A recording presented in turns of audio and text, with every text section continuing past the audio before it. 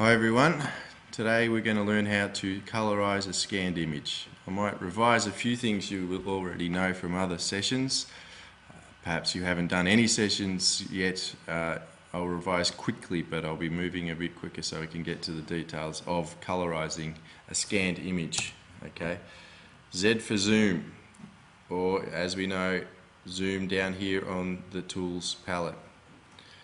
If you hover over quickly, you can see zoom tool, tells you what it is, and in brackets it tells you the shortcut. It is much quicker. If you want to zoom out, alt for out to make it a minus, and you can zoom out. Of course, we need to rotate this canvas.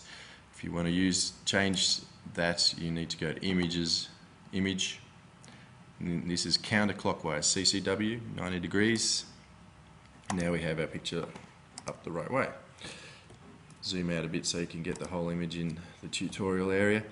If I travel to the layers palette over on the side here, I have only that background image there. I want to duplicate that because I don't want to touch that original. I want that as saved completely separately. So I've always got a copy of this, and there's an email coming in. I'm going to hide this. To hide a layer, we take away the I, hover over it, tells us that, indicates layer visibility. Okay. Now I don't want to work on this either. I want to colorize this, but I don't want to work on this. And most likely, if you were working with me at my school here, you would have scanned at the library. That may have been a black and white scan. Just to check to see, I know this one is, so we're going to go up to image and mode. Okay. You don't need to know too much about this, but if it's not colorizing, if you've got a scanned image and it's not changing the color and you can't colorize on top of it and put color on top of it, you might go here, image, mode, and it says grayscale and that's ticked. Well, let's change it to RGB, that's fine. And let's don't merge. We want to keep those two separate layers. Okay, it would have joined those layers if we had asked for merge. Now, I want to colorize on this, but I don't want to do it on this layer because it's will erase and go over that image. I want to be able to manipulate it if anything goes wrong. I can change and rearrange and recolorize, and it won't affect anything. So if I hover over this, I can create a new layer by clicking this. I will just quickly delete this one, drag it into the rubbish bin. Any layer you don't want anymore, you drag into the rubbish bin. I will go up here, layer, new layer. And just okay, I will name that, I'll name that color.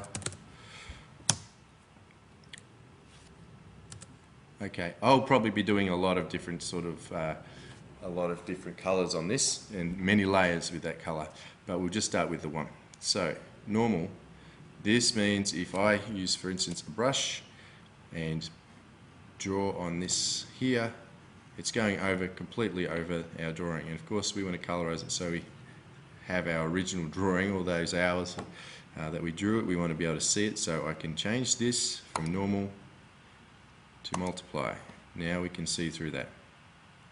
Quickly, to delete that, I'm going to just use this Marquee tool, drag it over, delete. Okay, I must make sure I'm on the right layer, it has to be on that one. If it's blue, it's highlighted, and you're working on that one, that's active. Now, if I want to go back in time, we can do Control Z, like everyone knows, to undo. We can go Edit, Undo, and it says here Command for the Apple, of course. But for Photoshop, you need to see your history window. So windows are here. You can see the colors open, and that's regarding this. You can see the layers open, that's regarding this. Our options, I'm going to just ignore that, and our tools here, that's regarding this. Of course, this one here is our actual image.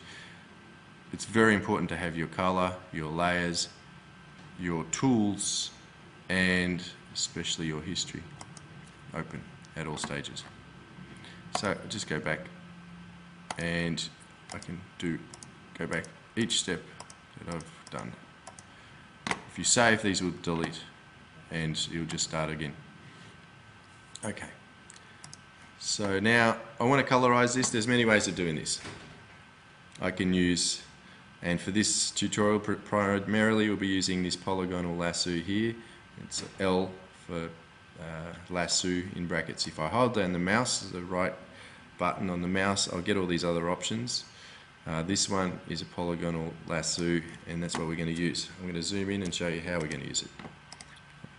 This tutorial may seem detailed, we're almost done. I can get this lasso, I'm going to just drag this across so I can see it a bit better. Get this lasso here, I'm going to click here and basically go over this wall area.